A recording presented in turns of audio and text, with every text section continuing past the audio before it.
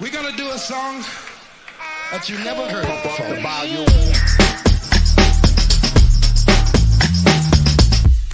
Here they come and get wicked.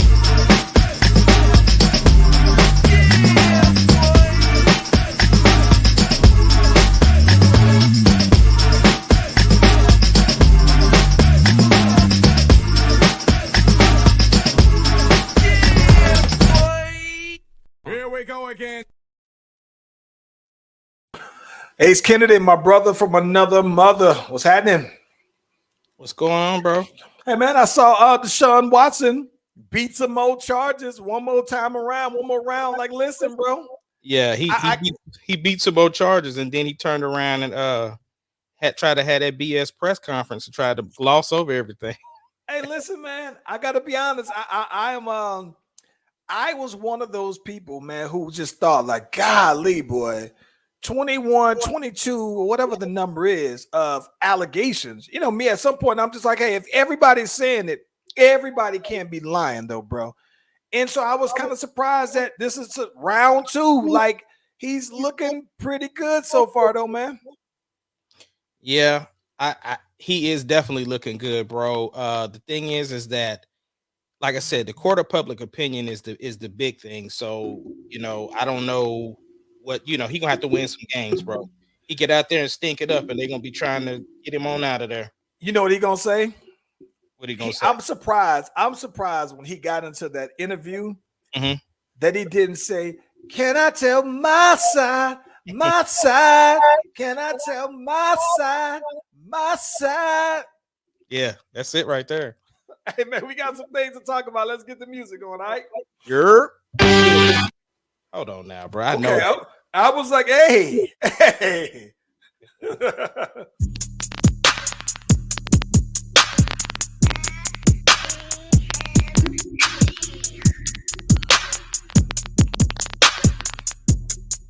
doesn't matter what your name is. The Slash Brothers Podcast, the greatest podcast of all time. The Slash Brothers Podcast, the greatest podcast. If you smell what the rock.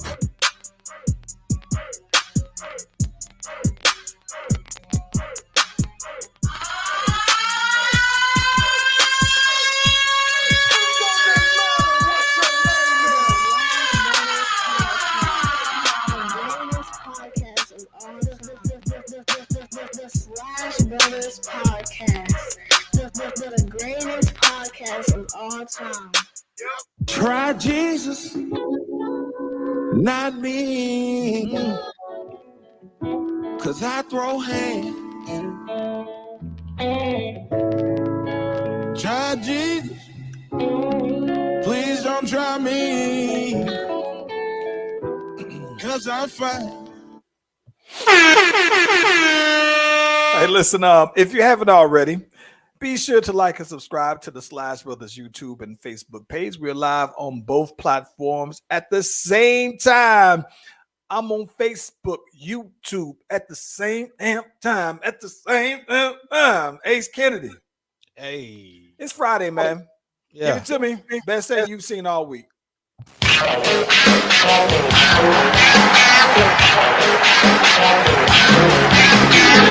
NWO. Hey, yo. No, man. For me, the best thing that I seen all week is the Miami Heat trying to fight each other, bro. I'm trying. Best thing you've seen, huh? Listen, I love it because Spoelstra threw down the clipboard, bro, and then was coming at Jimmy Butler like, "You want to fight me? You want to fight me?" So I just thought like it was. So we talk about it all the time. You always say that them NBA boys ain't gonna put them hands on each other, right? But Udonis Haslem will fight. UD will fight. How do we know that? Because he's fought before. Who? I mean, I can pull up footage. Please do. Please pull up footage Bro. of Udonis. Listen, The thing is with Haslam, right? So for one, it's known in the league that that's what he's on the team for, is to Facts. fight somebody. So Facts. my thing is that for me, right? The rooms, because nobody knows what was said. The rumor mill is that when Jimmy Butler didn't close out on a 3 or whatever, because the boys was getting the break speed off of them by Warriors without 2 games in a row. Yeah, I know, but they didn't.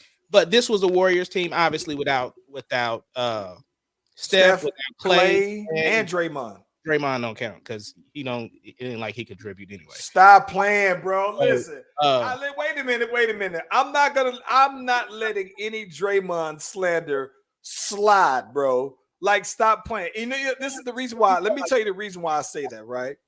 Is somebody went. So I was playing in the league that I play in, right? Mm-hmm. Somebody told me, and I took it as, I hope that they meant it as a compliment, right?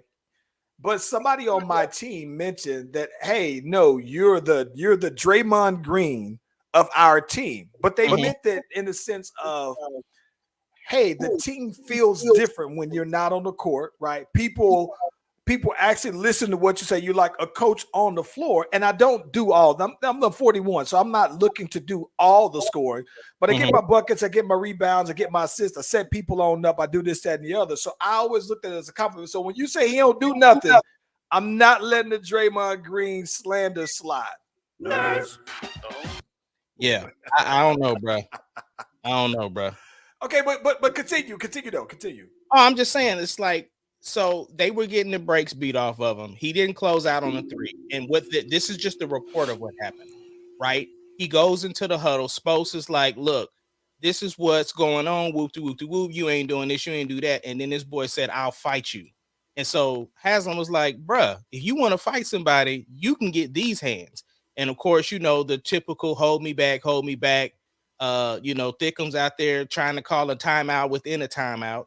And then,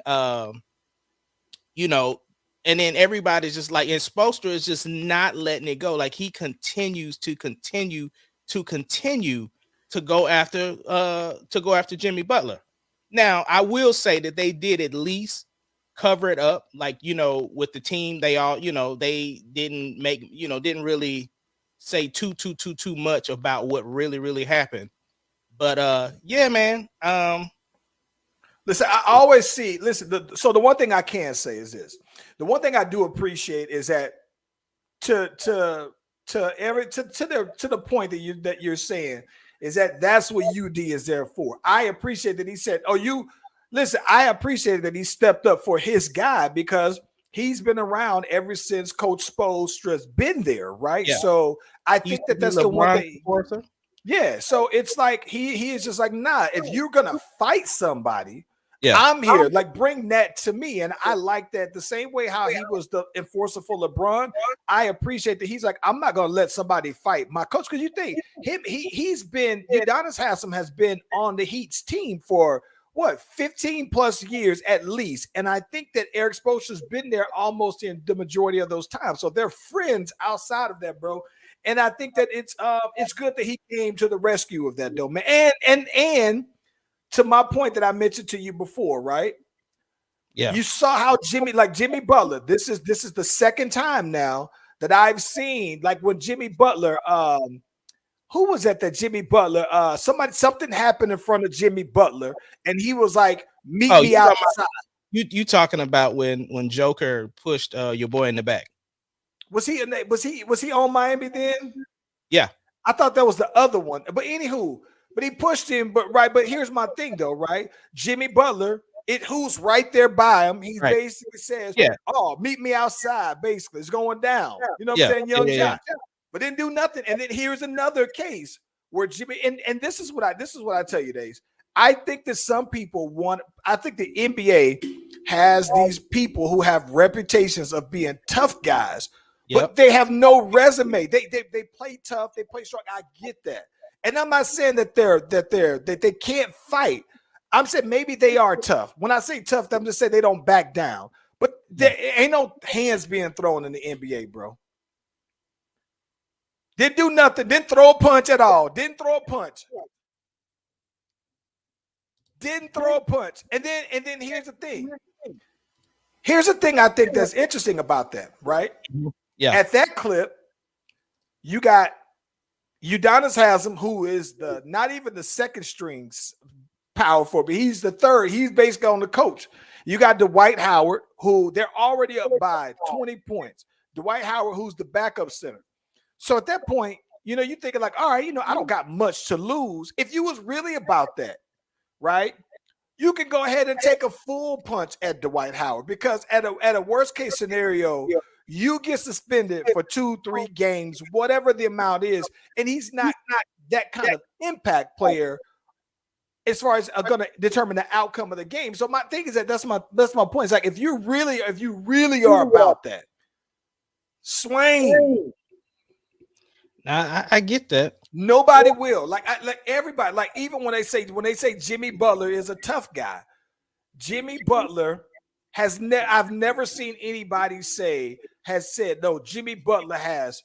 You know who was that? Who was that dude? Who I think is, I forgot who it was. The one dude who had homeboy hemmed up on the back on the goal, had that young man looking like he was about to die on over it. It was Serge Ibaka, right? Yeah. But Serge Ibaka had swung on somebody though. Yeah, Serge Ibaka. Serge Ibaka is on my top 5 tough guys because he's actually thrown hands. Yeah, he's thrown punches. He may not have connected like that. Yeah, but no, listen, very few. I only know of maybe 5 times in the history of the NBA where punches have been thrown and connected. 5, maybe. So I don't know. And shout out to the homie Chad checking in. He always try to throw some shade by saying I'm in the Graybeard League. When, if we being honest, every time I see my dude Chad, he has more and more gray hair, bro. He's starting to look like Lincoln Loud over here with all his gray hair, though, bro. And if you don't know what I'm talking about, you just Google Lincoln Loud and you'll see what I'm talking about. What we got? This is supposedly him up here confronting Tatum about texting his girl. Somebody really posted that, and that ain't even what the clip is. Somebody really posted he confronted him about hollering at his girl. That's when they lost. Listen, man, I'm telling you, I don't know, bro. Yeah. Hey, man. So I did want to start the show with. Wait a minute. Because I got to give you the best thing I've seen this week. Oh, my bad, bro. My bad. All right, listen. For the fellas, this is just for the fellas. So if you are not one of the fellas, I'm going to give you I'm going to give you 10 seconds to look away. I only want the fellas to know about this, and this is because sharing is caring. Mm-hmm. So ladies, just look away for a second. Okay, you have been warned. That's long enough. Okay, that's long enough, right? We feel that's fair. Okay, so Ace Kennedy, we talked about Megan Good, who is fairly newly divorced, and just like we had always thought, they usually, it's coming. They coming out with the thirst traps. They coming out with the Lala Anthony style pictures on the gram, right? Yeah. And then it just makes you think, man, you know about. So fellas, if you have not already, Megan Good is actually posted some pictures and video from a recent swimsuit photo shoot that she recently did with, I think the company's called Matt. And I would tell you, I wouldn't be telling you this if it was not worth checking out. So as soon as you get a second, not that I'm just it is Beehive level. We don't get any sponsorship or any clicks for it. I'm doing Megan Good. Listen, man, go check it out, fellas. The best thing I've seen this week. I promise you won't be disappointed. Hey. Sharing is caring. Sharing is caring. I'm just gonna put it out there that sharing is caring. What you got? So in some sad news, man, the boy Trips, Triple H, Hunter Hearst Helmsley, Paul Levesque, the CEO of used to be the CEO of NXT, was the CFO of the WWE, husband of Stephanie McMahon, which is Vince McMahon's daughter, retired today. No longer participating in action, which is sad because it's probably not on his own terms. He recently had a cardiac issue, a heart condition that had him sidelined for quite some time. He was in the hospital for a bunch and announced his retirement today. It was announced on ESPN that he's retiring. So really, not I know he's getting older, but he's one of those that still could have done one or two matches. Like Triple H has always been in excellent shape when you look at the same level of people that have been in the WWE as long as he has. And so to see him have to retire not on his own terms, that's the sad part, because obviously, you just want them to get out of the ring when they want to get out of the ring. So I think that in a time, listen, man, I think that in a time where it's a normal thing, right, to see some of the oldies but goodies wrestlers come back, do one more match. Goldberg still does some matches. Right.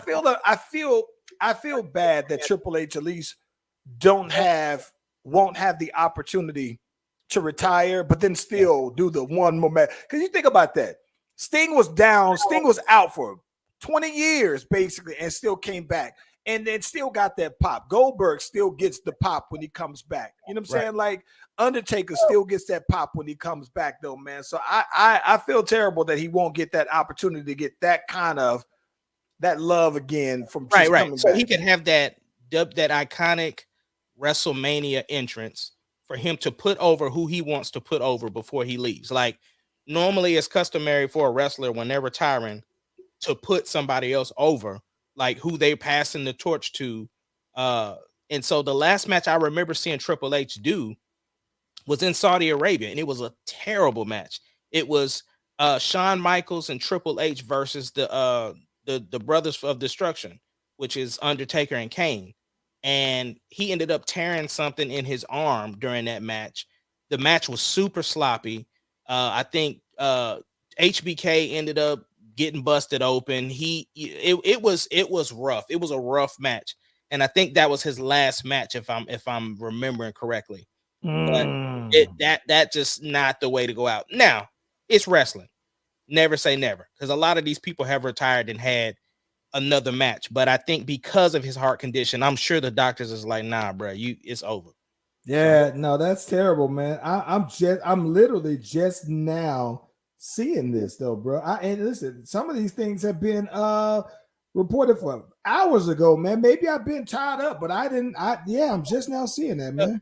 You have been tied up, bro. You've been cooking. So once you cook, when you cook, yeah. This is true. Yeah.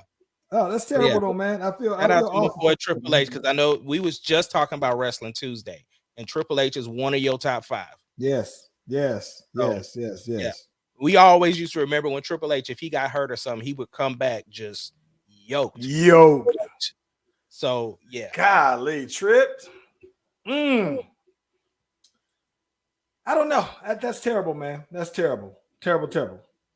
So you listen to any new music? You know what, Axel, this is the funny thing here. I took a break from checking out music, but I am looking forward to some new. Like, so one of the things in my effort to try to listen to the younger generation, I actually plan to listen to the Lil Durk. Now, this is what's funny. So I was at the park the other day, right? And I brought my little speaker. And so I'm playing some music and everything, right? On the speaker while we hooping and everything like that. And it was dope. So when I'm playing it, somebody was like, this one dude who he about maybe 24, right? 25. He was like, yo, this your playlist? And I was like, yeah. He was like, and he gave me this.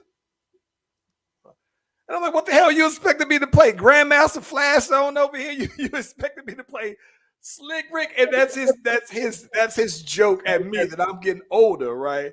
Yeah. And so every chance he get he'll do it. So what's funny about that, I'm playing New, so there are some new rappers that I do like. One of the new rappers, and when I say new, I say he's newish. I like ESTG. He's signed with Yo Gotti them, but he's one of the ones that to me just sounds different to me. Like he sounds like he has but he just also doesn't sound like everybody else. So Right. I'm playing a playlist that's just ESTG and the couple, and because he's down with Yo Gotti them, you hear some Moneybag Yo, and you hear some of this, that, and the other. So it was cool. So I've been trying to listen to the newer people. And so one of the new people who I've never have really seriously given a shot is Lil Durk, bro. And he has an album that's out, and this is his first #1 album, and I think it's #1 according to Billboard. Or whatever it is, that's something, right? And that's the thing. I think you and I talk about it all the time, where I do think that records and numbers mean something. Like they can't just exist for nothing. So I was like, you know what? I was going to listen to it anyway. So I think that this weekend I plan on listening to Lil Durk, bro. I never thought I would say that, but I'm listening to Lil Durk this weekend, bro. Bro, let me tell you. So I finally went ahead and listened to Jeremiah's new album.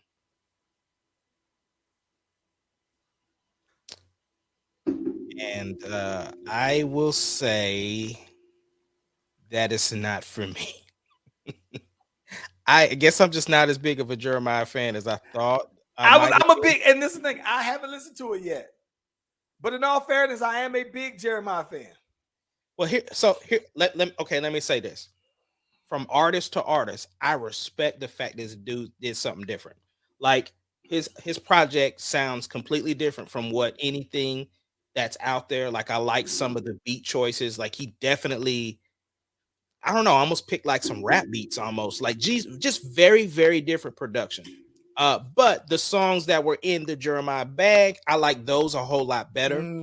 But for everything else, I was kind of like, ugh. Like I respect, like when you're listening to music, it's easy to get caught up into listening to what's popular.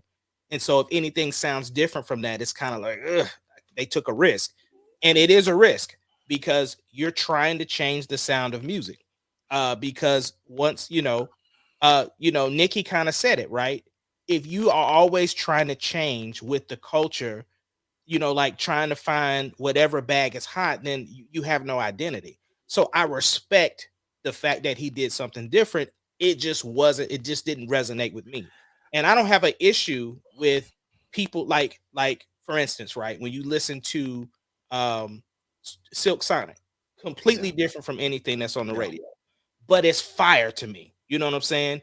I know you were just talking about Neo. You know what I'm saying? Neo's still in his Neo bag, except for one of the new songs I don't like from Neo. But and so listen, you know what I think? This is one thing I do think that. So here's this is one thing I think.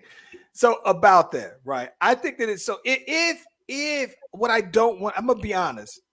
I don't want to hear, and now that you said it, I don't want to hear Jeremiah doing a hip hop sounding album. Like he has one song where he is straight rapping. No, I don't want to hear. See, this is the problem that I have, right? This is just for my own listening preference. Is that I love R&B that is emotional towards either love or hate. Whatever side you pick that it's going to be about. If you're talking, when I say hate, maybe love, maybe hate, not it, pain. Love and pain. Breakup, yeah. I like those spectrums. And if you're in that where you're saying, all right, I'm feeling this on out, I'm good, right? But I think that what I don't like, I don't want to hear a bunch of R&B dudes rapping. I don't like when Chris Brown does.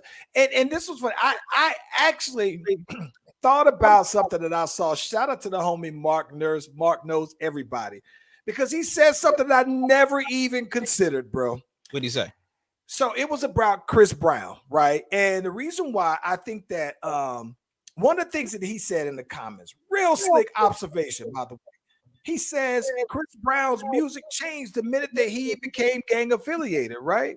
It's like that became like, all right, well, it's almost like, well, I can't do too much lovey-dovey stuff no more because I got this gang stuff that I gotta answer to and everything like that. And it just, I don't know. And so because Chris Brown switched to where he was doing it, it's like my favorite. It's almost like he eliminated my favorite kinds of songs from him. And so when you tell me that Jeremiah now is rapping, and I'm just like, I'm not gonna. I don't want to just poo-poo on his rapping skills, but it's not what I want. I don't want to see. Bruno Mars trying to spit a hard 16. I don't want to see The Weeknd trying to spit bars. Like, no, I like y'all as singers. And not to say you just got to be in that bag, but I think that when you tell me that Jeremiah is rapping, then that seems to me where you're falling into that R&B / rapping lane that a lot of people do. And I guess I don't particularly like that. Well, I will say, listening to his album and also listening to Big Latto's interview on Breakfast Club, it really gave me confidence about the new stuff that I'm coming with, because like I'm gonna be me. You know what I'm saying? Like, you know what I'm saying? Like, I love when I perform, and when I perform at Oklahoma City, right? When I perform, my music changes the mood. Like, the last show I went to, shout out to oh my gosh, can't think of his doggone name. Oh my gosh, DJ J Rock. He always puts me on, man. He was the one that kind of got me into the dot card thing. He's a part of the core DJ, so every time he goes out of town, he has my music with him.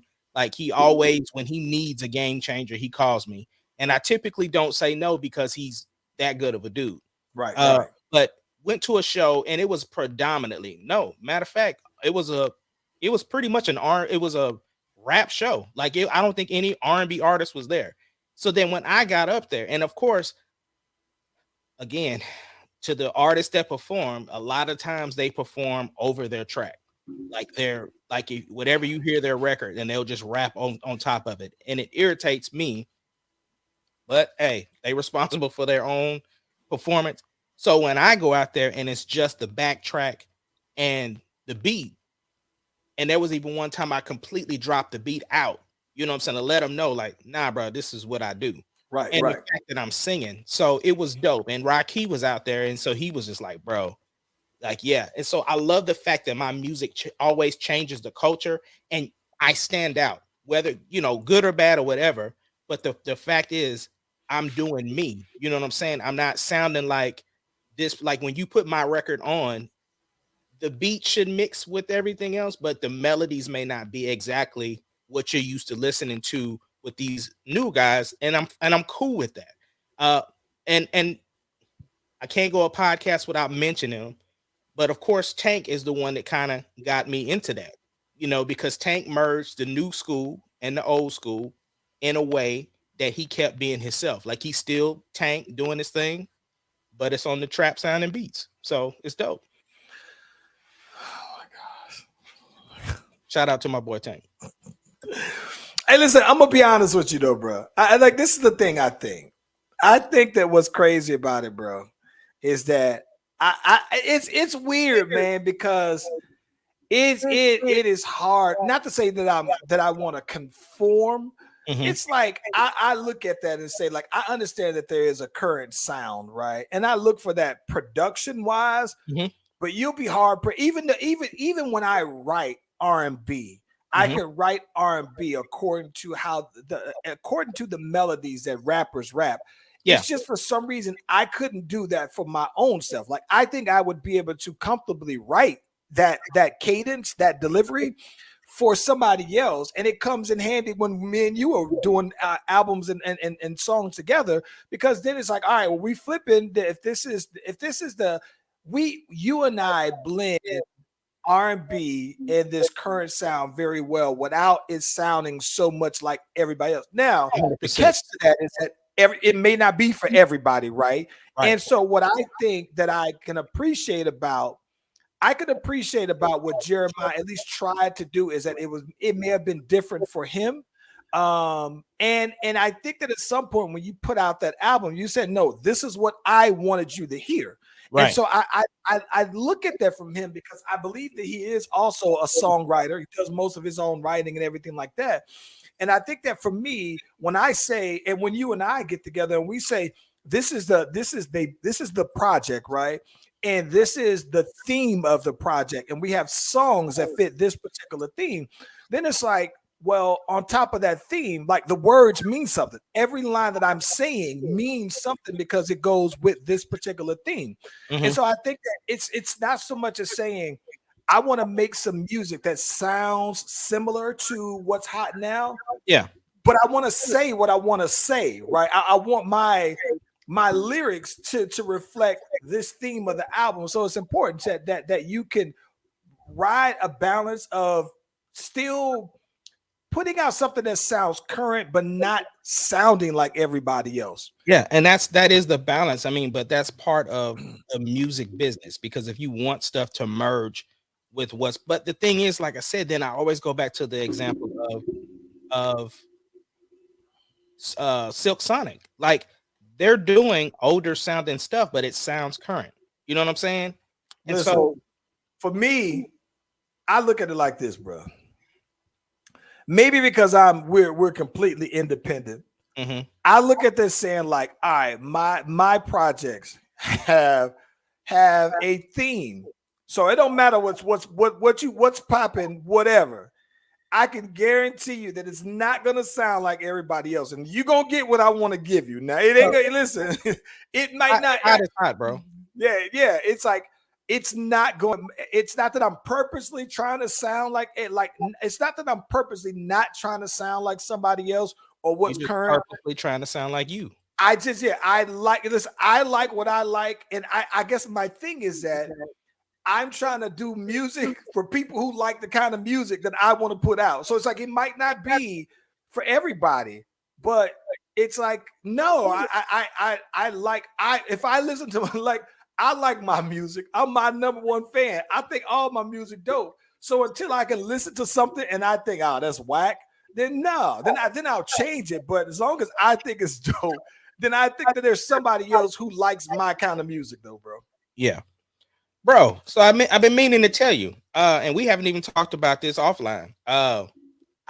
So we think about the Marvel Cinematic Universe, right? And I try to stay as current on that as possible. That means all movies, all TV shows, and that's about it. I don't get into the comic stuff like that, but the TV shows and the movies, because they generally, I hadn't watched like Agents of Shield or Agent Carter, haven't done anything like that, but most of the MCU movies and then their shows, like, you know, Hawkeye and WandaVision, all of those, I've watched all of those. Even the new one that came out that really doesn't tie in all that much, the Eternals, watch that. So I'm finally caught up on my Power universe. I didn't watch all of the Power stuff. So so Tommy, both seasons of Tyreek, BMF, even though that's not really a part of the Power universe, and Kanan. I've watched all of it. So I'm okay. So let me ask you this. Yeah. Of all of the ones, aside from the original, right? So Kanan, Tyreek, Tommy, which show do you like the most? It would probably be Tommy. I like Tommy the most, even though it's getting a lot of like kind of negative reviews. Not negative. I love Tommy. I just like seeing him on screen. Love it. Now, second after that is Kanan. Kanan is dope to me. I thought Kanan was super dope. I thought it was probably the best acted one, even out of BMF. Towards the end of BMF, there was some lines and things that were just like, and some plot points that was kind of like, ugh. So okay. So look. So I think the one thing that I respect about BMF, and maybe it should not matter, right? Mm-hmm. I think that the thing that is, while it should not matter, I at least give them a little pass on that, only because Lil Meech isn't an actor, right? He is a whole rapper, whole everything, street dude. So the fact that he is a whole street dude rapper, and now he basically took acting classes. I think that But it wasn't him though. That's the part. It's Right. not even him. That's mess. So who had the wax scenes to me was Lil daddy. Mama. I hate his daddy. His daddy funny. No, it's actually Lil Mama that got killed. Old dude's girlfriend, the snitch girl. Okay, right. Yeah, there was some scenes toward the end. Like she just had her and the dude that she was dating. They just had some dialogue that wasn't believable. I'm like, bro, y'all ain't that far. I can see that, man. Yeah. I can. Everybody else, the casting felt okay. Like Snoop is funny, obviously. I when I saw Snoop hair, bro, I said, no, sir. No, sir, Snoop. You know who tripped me out? I love that they stuck my boy Donnell Rollins in it. He was stupid. And then of course DC Young Fly had me rolling, bro. Yeah. Listen, I'm gonna tell you this. I'm gonna be honest with you, man. I think that the one thing that I did like, so you and I, we talk about Tyreek all the time, right? Yeah. All the different things that I think that we look. I think the part that I like though, man, is that where I think that it makes a difference is that I think that Tommy doesn't have all those kind of dynamics that the other ones have. It's like you don't have any new actors in it. And yeah, you sliding in some Jeremiah's in there, and you're sliding in some people who do cameos, but I think they have no significant roles. And I think that it allows you to get the little bit of variety, but then also keep the consistency with his strong acting. And I think that maybe it's because the Tommy character is already established. So you know him, and this is just a different chapter for him. And I think that with Tyreek, you still see him as he's still growing. So it's like, it's almost like you're finding somebody who then found themselves and is comfortable with their identity versus somebody who's still trying to figure it out. The figuring it out person may have more potential, but he still has to kind of realize that potential. And I think that's the one thing that's dope about Tommy is that you're watching Tommy just do him. Right. And I think that's what I like the most about it. On Tommy, so Diamond's brother, right? Yeah. Who is that? He is just a guy. You mean, what do you mean? In relation to real life? I don't even know. But I listen, every time I look at his ear, bro, I almost throw up like every time. Oh, I don't know. Yeah. You never notice his ear? Uh-uh. Oh my gosh, bro. Listen, his ear makes me think that he has one of them cauliflower ears. Oh, so you think he might be a UFC fighter or something? I don't know, bro, but he looks like I didn't know if they did the ear for the show or what, but yeah, he has that cauliflower ear though, bro. And every time they show it, I'd be like, ugh! Or it looked like he has a keloid, like he tried to get an earring in his ear and then it just plumped his ear up though, man. But it looks, yeah, he got that cauliflower ear though, man. But I think that it's dope though, bro. Like I said, I like the cross references to Ghost in Tommy, where it's subtle, but it's not profound enough to where it makes you think of Ghost. It's hint at Ghost, but it's still just Tommy, and that's what I think is dope about it, though, bro. Yeah. Yeah. Now I do have to give some love. Did you so in BMF? Did you see Lil Zane? Yeah, I saw Lil Zane on there, bro. Lil Zane. I gotta give him some love, bro, because let me ask you this though. This is one thing this is one question that I do have for you now that you've seen it. Do you watch Snowfall? No, I don't. Oh my gosh. Are you serious? You may have told me that, but I don't know why. It just now stings the way it did. Listen, okay, so let me tell you this. Okay, so Snowfall. What I think that's crazy is that Snowfall, from what I've gathered, I saw that I didn't put the two together, but I saw that Snowfall is supposedly not like a biography, but they say it's loosely based on Freeway Ricky Ross, right? Mm-hmm. But I don't know if that's true or not. But the thing about Snowfall is that Snowfall basically, starts in terms of drugs. And I'm bringing this up to parallel this drugs between powers and everything, right? Yeah. So Snowfall, they talk about in the early 80s, maybe late 70s, about how California was basically introduced to crack. Yeah. And specifically LA, right? It was a small thing in Oakland. They brought it to LA, and so you basically see this growth of the homeboy Franklin Saint, Yeah. and you see his squad and everything like that. But I think that the one thing that is dope about it is that it's a John Singleton directed thing, right? Yeah. And the first 3 seasons were fire, like super duper duper fire. But I think that the one thing that's just interesting is that all of the someone made a point that almost all of the most popular shows with black people and black leading actors in it are all about selling drugs and everything like that. Almost all of them. Very few times do you see a cast of black folks and it's not referencing drugs and everything like that. And seeing that you're caught up on all of the powers, and that seems to be all of the powers is about, though, right? Is there something? Do you want to see more, or does that not matter to you? It doesn't matter to me. I think there's enough variety. I mean, the thing is that the content is available, right? We had shows like Blackish and stuff like that. Like the content is available. People are always gonna have something to say. And what I respect about 50 is doing what 50 wants to do, right? 50 is the one that puts stars on the map. And it's obvious that people are interested in the content that he's bringing because they keep watching it. Same with Snowfall. So because here's the thing, right? If Snowfall was in the same show, but it was either some Colombians or some white people or something like that, then we would be like, we ain't got no black shows. So we have something. And so I don't have an issue with it. I don't have an issue with it at all. Oh, so back to my point about the dude that was in his brother, Diamond's brother. Yeah, he's from Ballers, bro. So it's him. He was a running back in Ballers. That's what I fell off on Ballers after like season 2. Bro, you gotta be kidding me. You know what's funny? Now that you're saying that, no. I take that back. You know when I fell off on Ballers?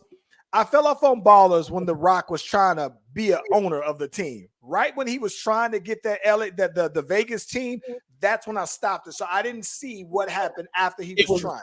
Man, I could rewatch. I'm probably gonna rewatch Ballers because it's probably like the game for me, like how I rewatch the game series.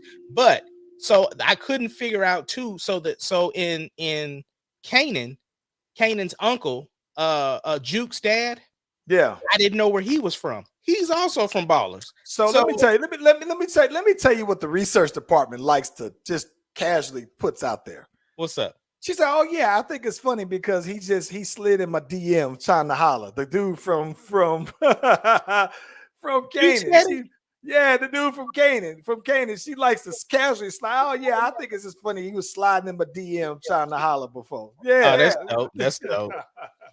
Well, let me give you my celebrity trying to holler at Sarah's story then. So 2 times the boy KD tried to holler at her. So, that's why you don't like KD, boy. You made it seem like, wait a minute, Ace. Wait a minute. Stop the press. I'm gonna let you tell the story. I'm gonna let you finish telling me. Wait a minute. I'm gonna let you finish telling. But I've been sitting here thinking like this. Listen, bro. I said, man, this boy just got some relentless. I'm talking about like I don't even want to say displaced because I thought it was all about him not telling Russ. It is that. It has nothing. No. Tell me this, bro. Tell me the KD story, bro. All right. So there's 2 of them, but I only know one. So she was at back when she was in college, she was at UCO, right? And so KD was doing some signing at her school. Now, mind you, the team came to Oklahoma City back. It was established in 2008, right? Yep. So he was there doing a signing. He was like signing some stuff or whatever. So KD wasn't the KD we know now, like the superstar. There's no way he would be able to walk around the mall, KD, right? And he was trying to holler at her, like, and so he was like, "Yo, Ma, come here, let me holler at you real quick." And she was just like, this ugly dude over here. Like, no, I ain't. And so then she was like talking to a friend of hers, was like, yeah, some ugly dude was trying to holler at me. Whoop, whoop, whoop. And they was like him, and she showed a poster, and it was Kevin Durant. She was like, oh wow, didn't even know. Yeah, that was one story, but there was another time. Yeah, he was trying to he seen her again, I think, at the college. And he was like, oh, you really ain't gonna talk to me, whatever. So yeah, KD was trying to holler at Sarah, bro. That's why you don't like. I listen, bro.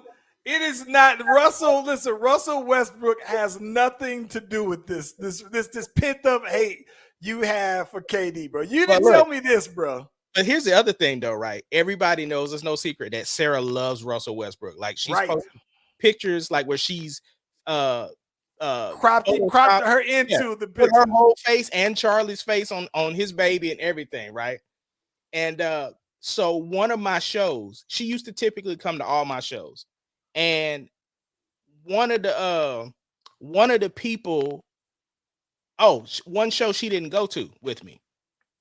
I get there and I call her. I said, you will never guess who I'm in VIP with. She was like, who? I said, Russell Westbrook. She was done. And I actually told Russ, I said, bro, you the only dude that my wife said she would leave before. He was laughing. It was cool. We dapped it up. Like, Russ was, that's my dude, bro. But yeah. That is, listen, bro.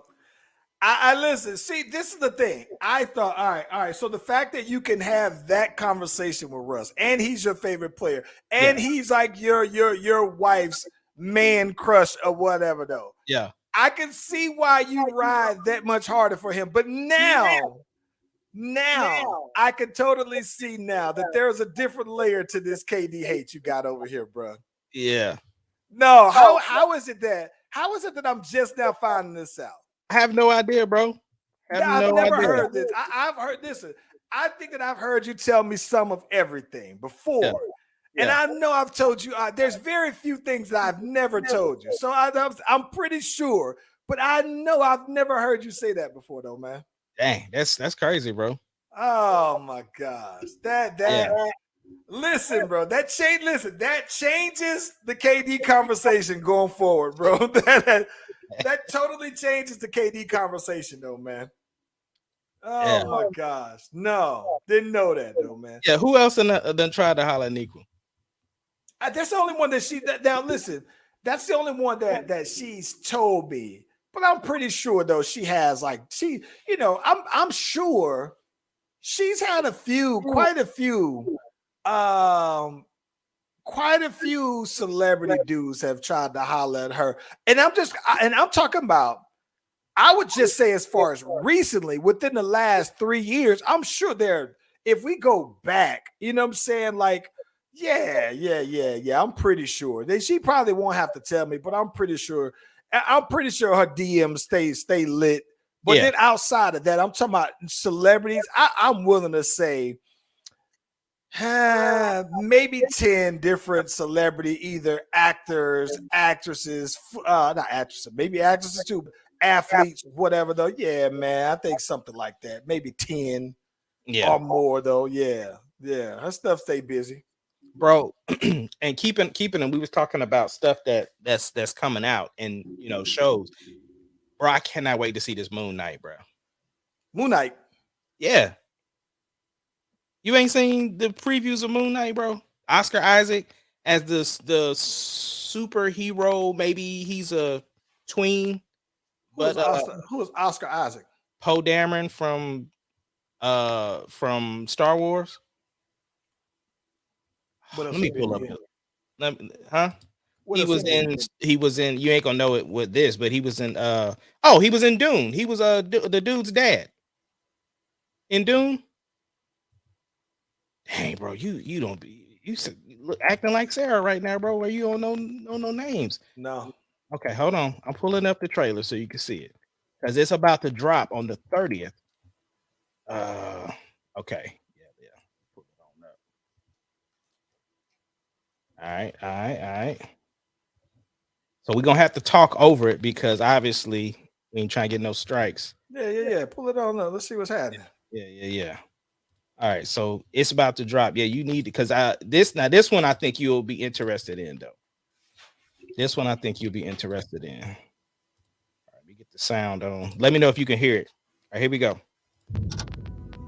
Yeah. Can you hear it? Yeah. Hello and welcome to Staying Awake. I have a sleeping disorder. I can't tell So you remember here from Star Wars? between my waking life. Oh, that's the dude who played, who was driving the fighter jet. Yeah. Oh damn. Finn's homeboy. Yeah. Yeah, you know, he reminds me every time I see him. He reminds me of my dude who played. You know the dude who played. I'm losing it. What is his name? Who played the Joker? Catch you on. You're bloody useless. Who you talking about? CV. The dude who played the last Joker. Oh, Jared Leto. No, not Jared Leto. Heath Ledger.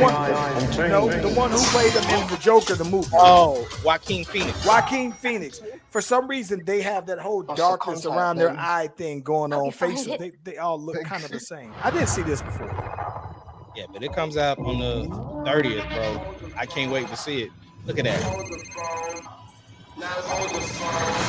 Oh yeah. Oh my God, you're alive. What's wrong with you, Mark?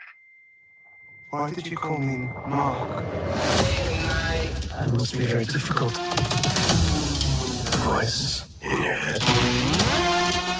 Yeah. I did see that. Okay. Yeah. That looked fire though, man. Yeah. Yeah, he for some reason, him and Joaquin Phoenix, they look like they can be brothers to me, though, bro. He looks like on there, he looks like Joaquin Phoenix in The Gladiator, though, bro. Like for some reason, Joaquin Phoenix just always looks like he has this villainous eyes, and that guy reminds me of him so much, though, bro. But you don't remember him. You don't remember him in Doom. No, Dang, bro. I do remember him. He was Finn's boy. He was on the fighter jet on Star Wars. So I do remember that. Okay, hold on. No. Yeah, this last thing I'll show you. It's not. I'm just showing the picture. Boom. Yeah, you remember him from Doom? No, you know what's crazy?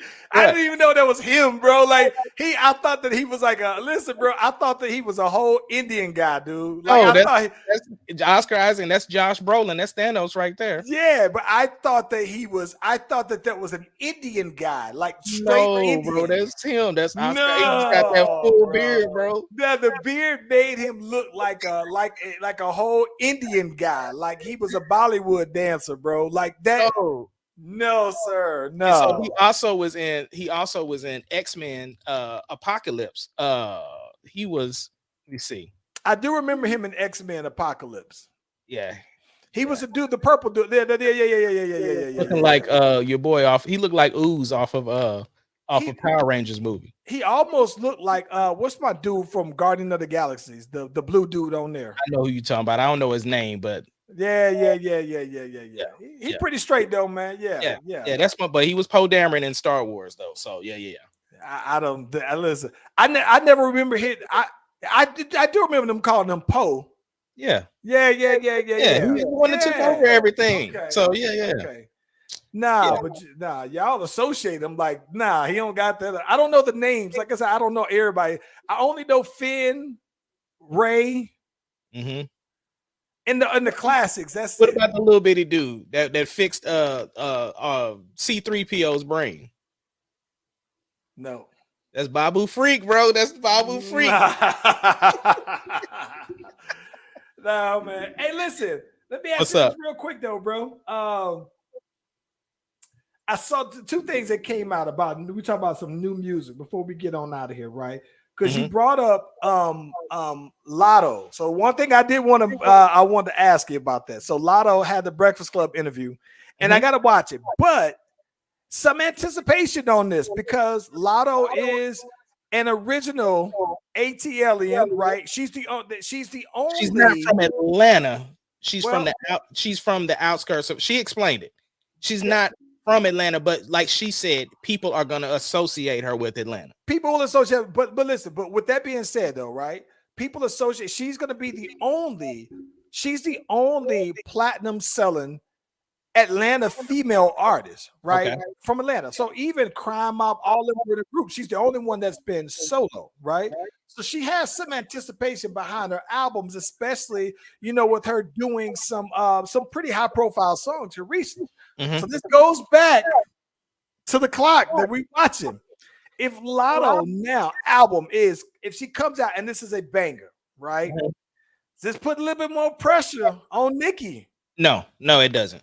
This is why I say that. For one, she has a feature coming out on a remix of a song that nobody doesn't know who is on the album, but it's a female, right? So and she won't I'm saying it's either Beyonce to me or it's Nicki. Because she talked very, very highly of Latto, you're saying? Yeah. Okay. So I think if Nicki is on her project, that's just more like she has more content out there. And plus, we actively know that Nicki is working on a project. Plus, Nicki has some deals coming, like some clothing deals coming out. She also had her Queen Radio is moved to Amazon's new platform that they're about to drop. So she has different things coming out to where she's still actively engaged, so that it's buying her time for a project. Plus, she's dropping these little singles here and there or putting out some sort of music. So no, it doesn't. I need to find a female rapper, bro. That's what I'm looking at. I want to get a feature from a female rapper to go, not bar for bar, but verse for verse with the. Come on, man. Yeah. Like I don't know why it's so hard to find them. Anyway. The other news surrounding Latto, right? She said that there was a feature that it was hard to get clearance on because he was trying to get her to smash before he would clear the record. So this is Kodak Black. That's what everybody suggested that it was. Oh yeah. I heard that was yeah. Kodak came out and said, "Nah, bro, that wasn't me." So now, of course, people are saying that because he kind of came out and said, like, "Look, I give verses for this Wang." So, listen, okay. So that is one of those. Think about this though, bro. Think about how that would be. What if you're a guy and a female, and you said a female? If you want to collaborate with the female, right? And she said, "Hey, man, you know the only way we gonna collaborate if you bring that Wang this way, bro. Like you got to come off that Wang. You know, if you want to, listen, if you want to be on, if you want to work with me, you got to come off that D." Yeah. What?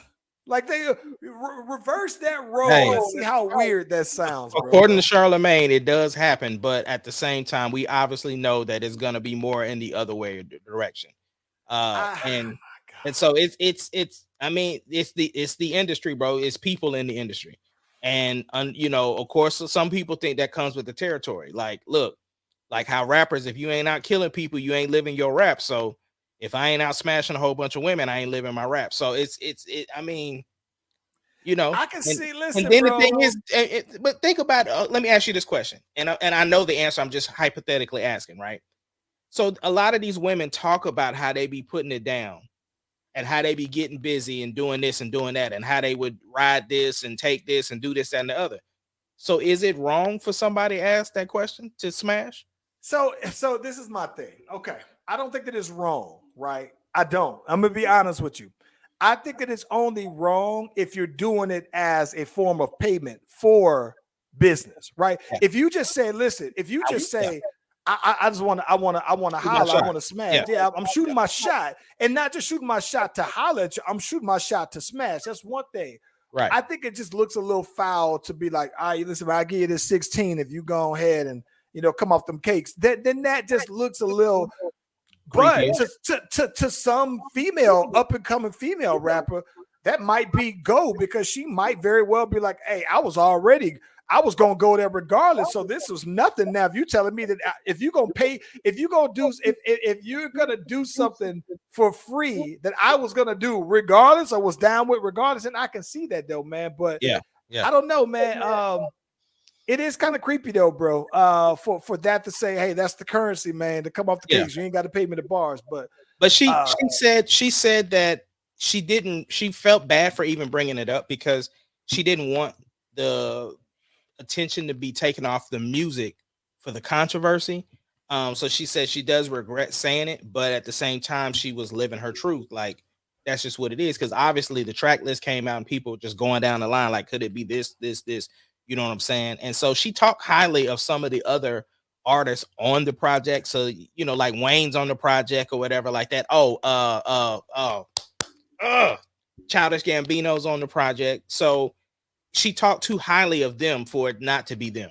See, so that's the thing too, man. Latto's still fairly new, Right. and I don't think that she's been.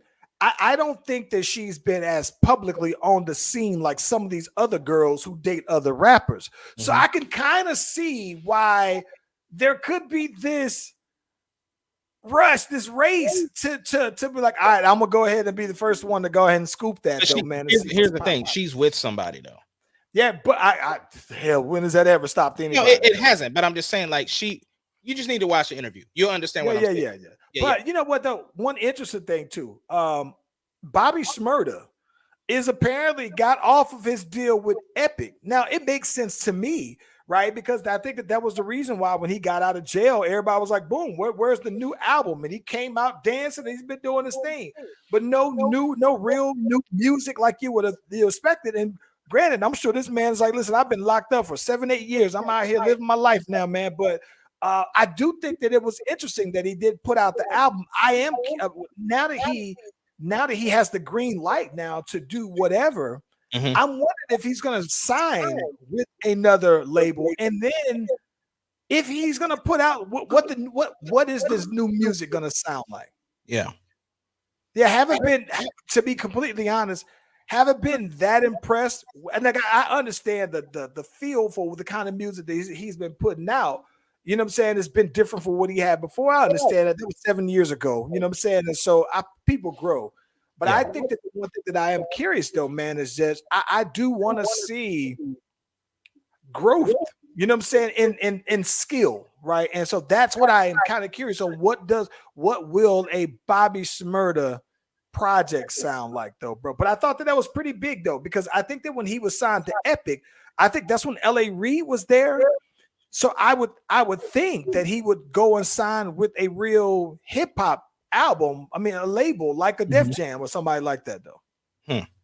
Yeah. Last thing before we get off here, we've been following the whole Slaughterhouse beef and whatever the case may be, and lo and behold, Joe Crooked and Joel Ortiz got together and had a conversation. Okay. So he said that he's What was the outcome? They got some understanding on where both parties were coming from. So that's all he was gonna share. He didn't say like, you know, there's gonna be a new Slaughterhouse project coming out or anything like that, but that they were at least able to sit down and have a conversation. So yeah, just them three talked, and seems like there could be some progress made and at least rekindling the friendship, because you know that was kind of bruised with the rollout, the project, and you know the direction they were going in as far as, you know, killing the group or whatever the case may be. So yeah, just an update. Yeah. What you got going on this weekend, bro? Oh man, so you know what, I was trying to lay low before next week. Actually, I'm gonna be we got spring break that's gonna be coming on going toward the end of next week. So I was trying to do some low-key chilling, but it was my homegirl Shamia's birthday a couple days ago, so probably doing some celebrating for her on that one. Other than that though, man, I think that I've been in this creative space, this zone here, man, that I'm trying to stay tapped in and locked into that though, man. So I'm hoping to continue with that because I want to. So, you know, when it comes to writing, it takes me a few times before I can say, all right, I handwrite stuff right still. So I don't type my stuff up and everything. So I'm looking at it and it becomes real. And then now I'm just kind of been rehearsing before I get into this. So I'm hoping to go ahead and put the scratch recording down from the rehearsal so that way I can go ahead and have it ready to go and listen to it, come back, do the cleaned up version of it. So that's my process. So I'm hoping to stay tapped into this little creative block that I'm in right now though, man. What's funny is because I do know how method you are with everything that you do. but at least I saw that you did dabble in Lyric Studio. So I thought that was funny. Oh, yeah. I got, so this is the funny thing about it. I got in Lyric Studio, right? Mm-hmm. And this is the crazy part. So I got in Lyric Studio and I had this idea for a song. And while I was writing it, I didn't like the suggestions from it. Yeah. So I just said, I'm gonna just put my own stuff in there. So Yeah. everything I have, it still is a good point of reference. I like it, but I was like, nah. And maybe it's because I was already in that zone that I was like, let me just see. But I was so locked in though, bro, that it's not. I like the idea that at least it gives you something to give, like if you having writer's block, to give you, because I haven't necessarily directly used anything that they've suggested, but it at least gave me like, oh, I never think to just go to this part here, like go to this. So it did give me some help. It hasn't been overly helpful, but I mean, I like the tool, you know. I like that, you know, on the cool though, man, that especially if you write everything by yourself, you can, if you got it to where you have this melody, right, and you're recording something as you do it. Depending on what your process is, I like that if you're stuck, you can get some kind of ideas if you already have a melody there to put out. It's dope. Yeah, it's dope. But I was so locked in though and here's the bad part about it. I should have went through and recorded what I had, because I don't even think I remember how the melody of it went. But I still always voice note myself on melodies. Once I see it again, I'll know it right away though. Yeah. For me, bro, I got a wedding to go to tomorrow. Then also Layla has a track meet tomorrow. Okay. So that's about it. But I'm a little disappointed in you, bro. What's good? We've been on for an hour and 6 minutes. You ain't said nothing about your boy. Listen, bro, it looks so like, dog. I mean, I've seen you had pictures with it off. But I'm saying I ain't had it off in quite some time. Like I've had a beard for so long. But I think what's crazy is because nobody else has noticed it. I'm like, see, it's like I sent a picture to my mom and I'm like, what you think? She was like, what am I thinking? I was like, see, you've been lying this whole time because you're the one that's been complaining the most about me doing it. But the fact that I did it, and it's just bro. So here's the thing. I think that you switch yours up so much. Like this was crazy. You'll have yours like this for like 2 weeks. And then a month later, it's gonna be all full, and mine don't grow like that. Now it would be like if I just shaved mine completely off and all I had was a goatee, and you never see me with that like in years. I mean, I get it. I do change so it up much more than, but no, it's gonna be like this for a while. It makes me look younger. Like having the full, like it just, I don't know. It was something about it. I don't know, man. Let me tell you, speaking of younger, we was when I was hooping. So this dude was like, this dude, he had to be like maybe 17 years old, right? He said, and he was like, I've seen him around the way and everything like that. We about to play, and he's trying to pick up, and he was like, he said, yeah, man, they need another guy. He said, what's your name again? I said, yeah, they you know, everybody call me Texas though, bro. You can call me Texas.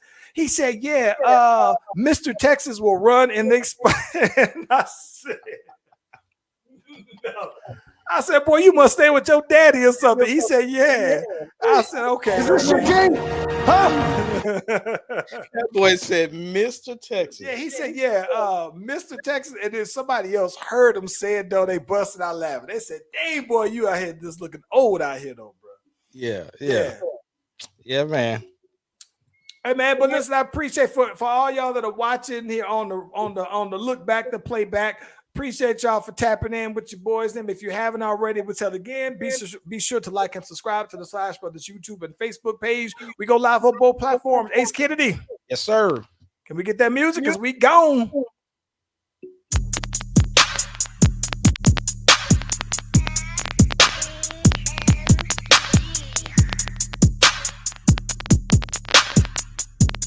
It doesn't matter what your name is. Slash Brothers Podcast, the greatest podcast of all time.